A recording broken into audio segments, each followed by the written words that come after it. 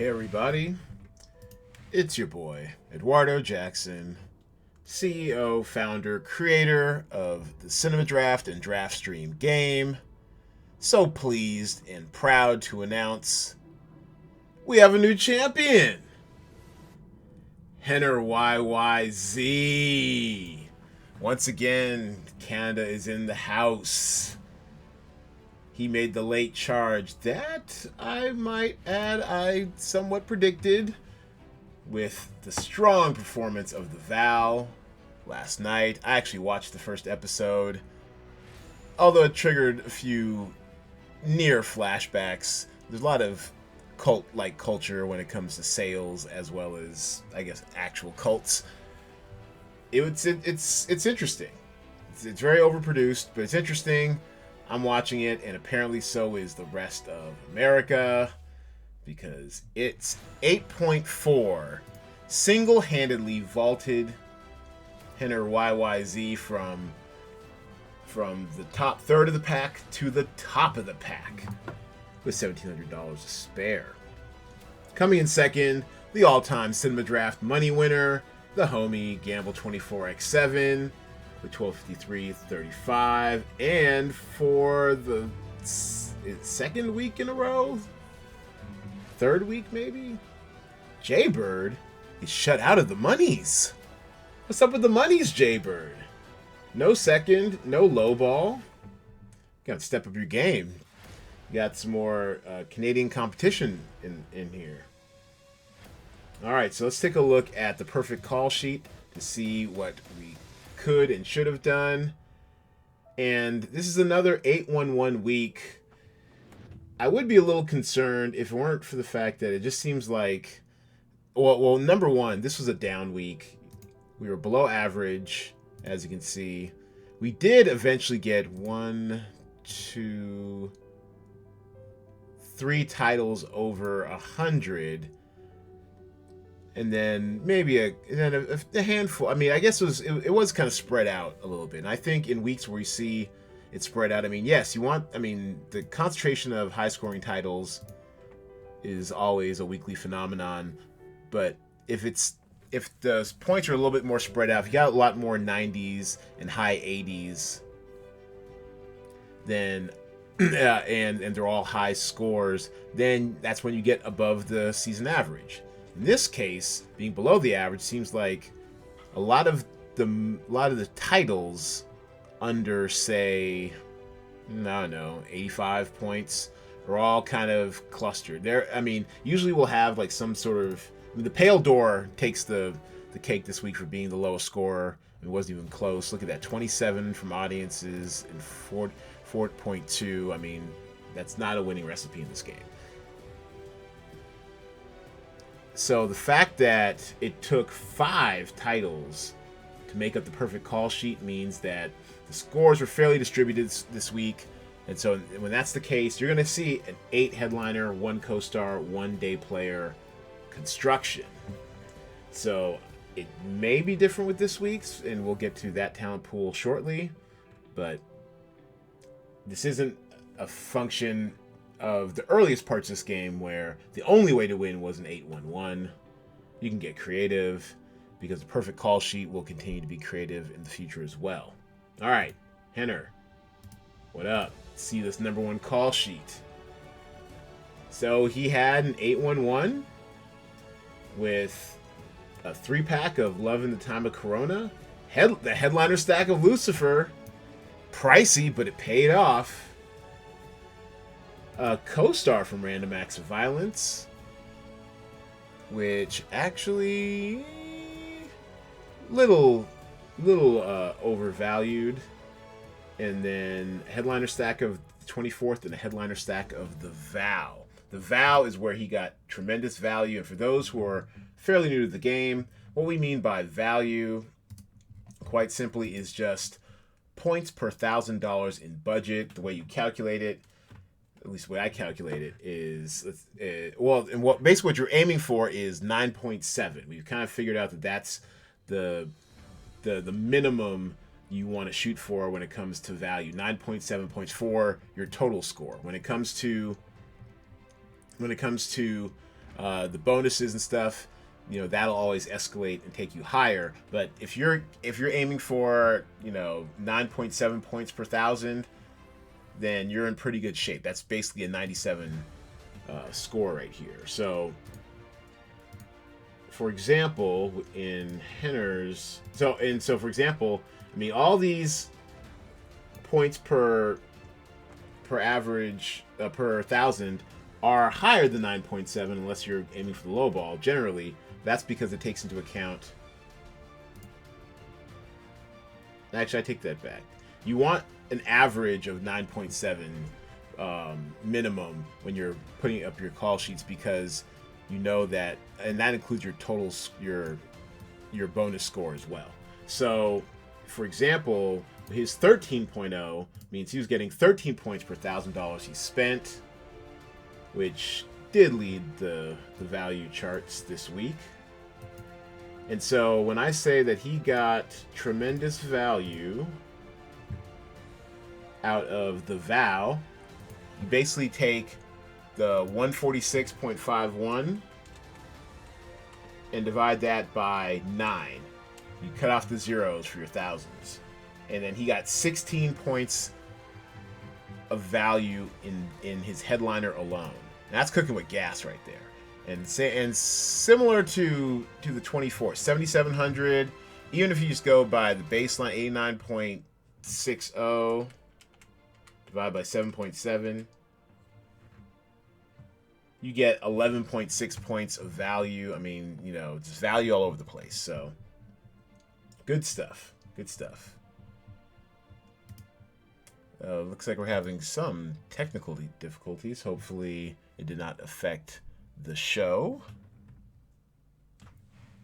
Okay, anyways, we continue. All right, so congratulations to Henner YYZ. Make sure you email me your PayPal, and I will send you over your $35 top prize. Well played, sir. The G24's call sheet, and it looked like Chemical Hearts kind of held him back. Scored fine, but it did tick a little bit back. Dead Pixels pretty much was static throughout the whole weekend. I think it was released over in Australia before, so no surprises there. Watch List started off strong out the gate, but never quite improved. Had he seen an uptick in watch list, it might have helped his cause, and part of the problem is no one really reviewed it. Okay, sorry. Actually, no. Google. Betrayed by the Google machine again.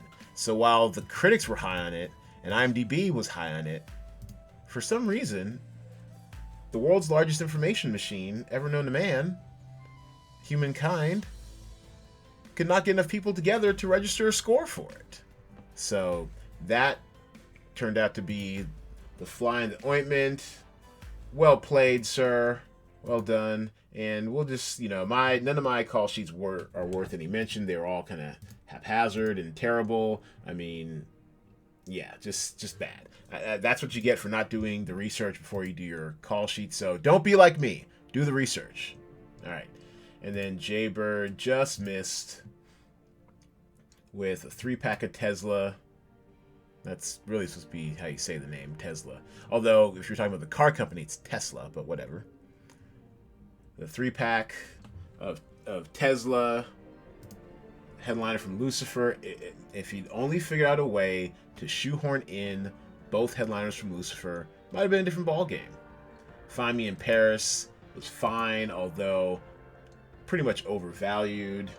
I mean, if you're looking at 97.1 divided by 15.5, 6.7 points of value. We could do better. What else? Let's see. Oh, and then Clifford the Big Red Dog did nothing. I honestly thought, because of name recognition, you know, at the very least. I mean, Clifford's known for.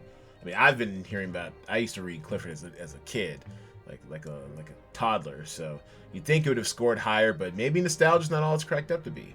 Maybe. Checking in with Draft Mom. She came in 8th, which is better than normal, but still that top 5 is elusive. Oh, we're rooting for you, Mom. Draft Mom, she must have remembered my childhood, over-indexed on Clifford. So kind of what held her back for the money. I like shoehorning in 2 Lucifer stars. But Ruthless Realtor actually came through. Not bad for a punt. Actually, that's excellent value for a punt. Look at that, 75.1 divided by 5.5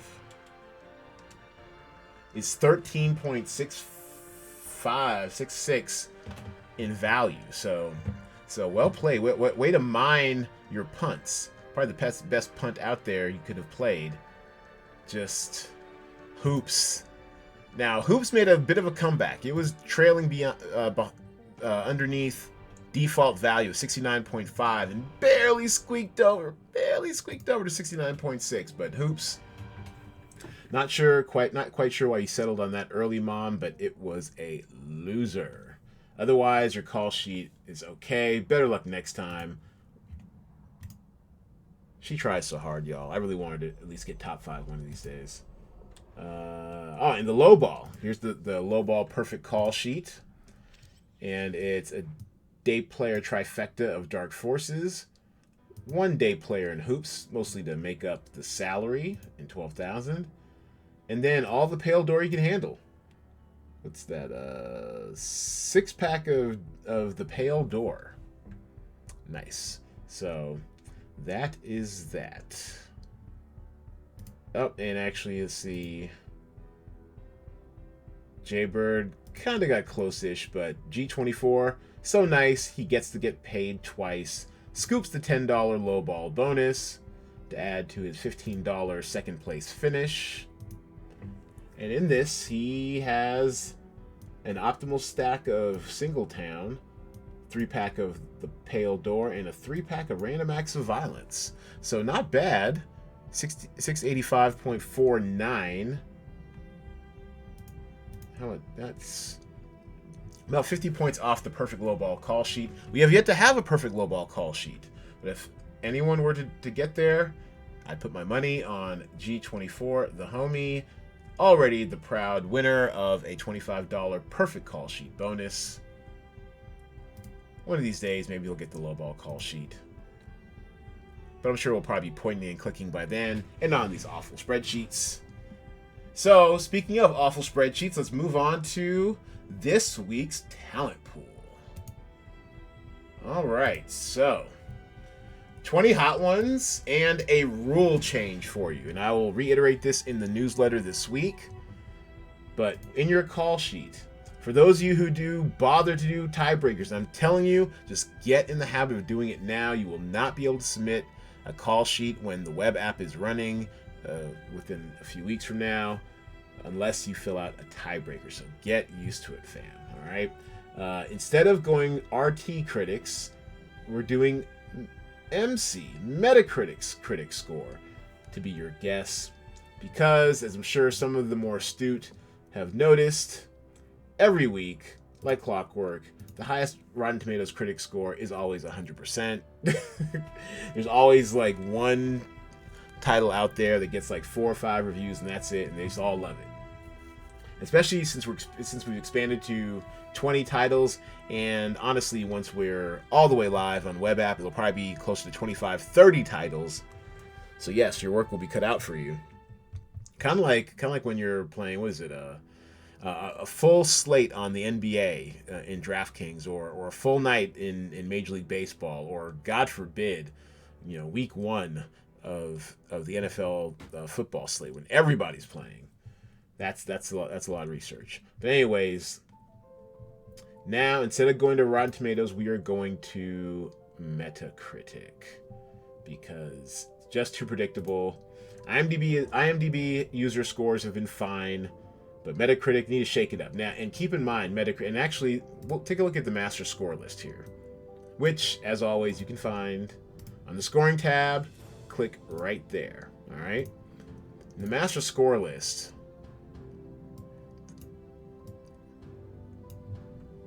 you scroll to the right, you can see the average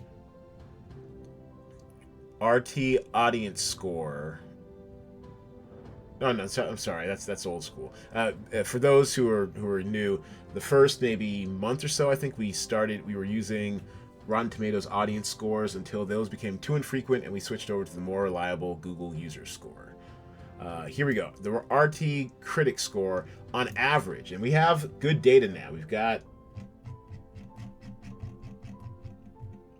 286 data points on this.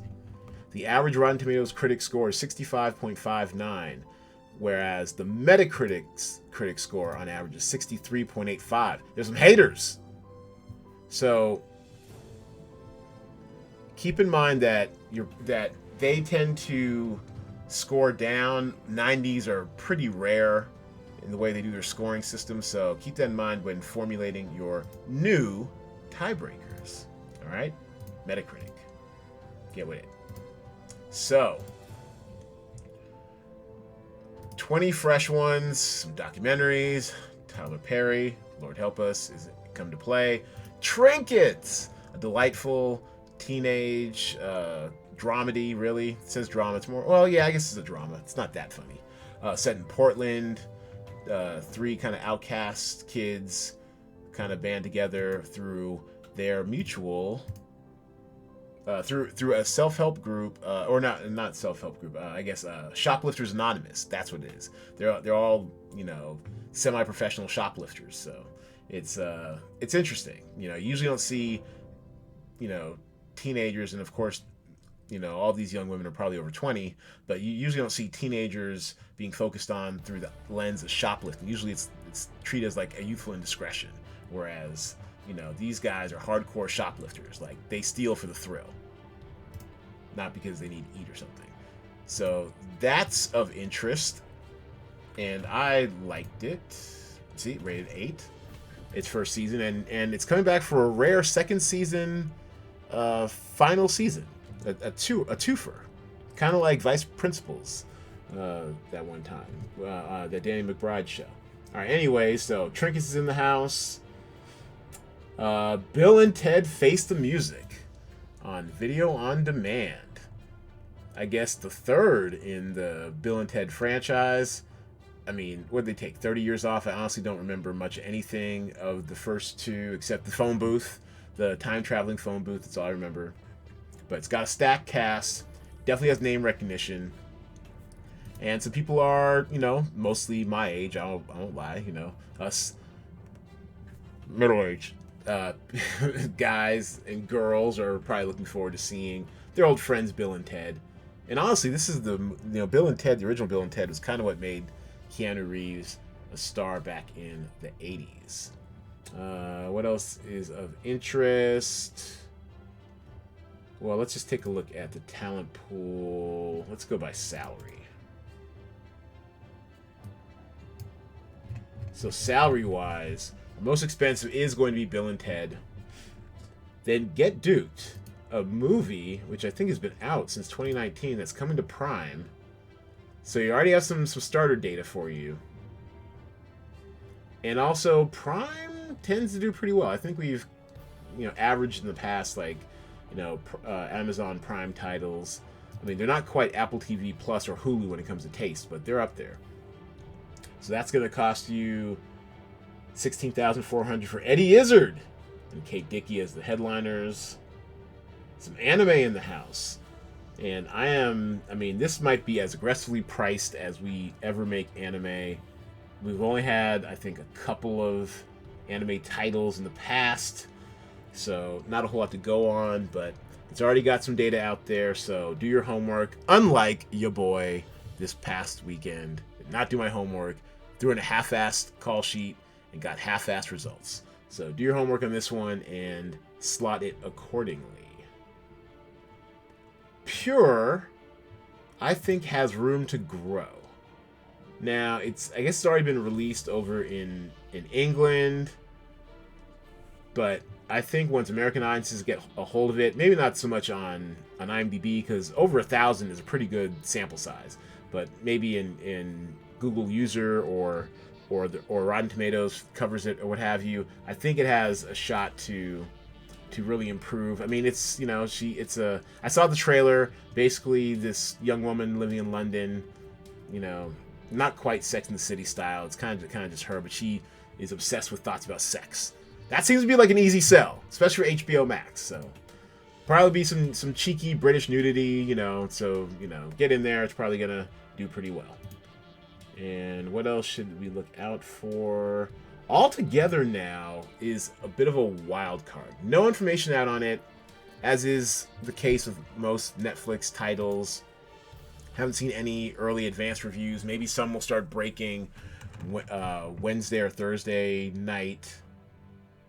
An optimistic high schooler with musical aspirations must learn to accept help from her friends to overcome her personal hardships and fulfill her dreams. That sounds so wholesome. I'm only going to give it half an hour. I'm going to give it half an hour because I absolutely love Ali I'm going to mess up her name. Ali Carvalho. Woo. She was on Rise, a great one-season, mid-season replacement show on NBC that had Josh Radnor, you know, How I Met Your Mother fame as, you know, a kind of, you know, want to do right, you know, Glee Club. Oh, no, yeah, he's trying to direct the school musical. That's what he was trying to do. So I absolutely loved her in that. That was my only exposure to her. This is going to sound terrible. I think I've seen Moana twice, but fell asleep both times. So the only thing I really know her from is Rise, and she was great in it. So I'm probably going to give it half an hour. And if that half an hour turns into the whole film, then lucky me. And I love Judy Reyes, too. She's with long hair, too. Yeah, she last time I saw her, she was in Claws with cornrows, living that gangster lesbian life. So good to see her with her hair down again.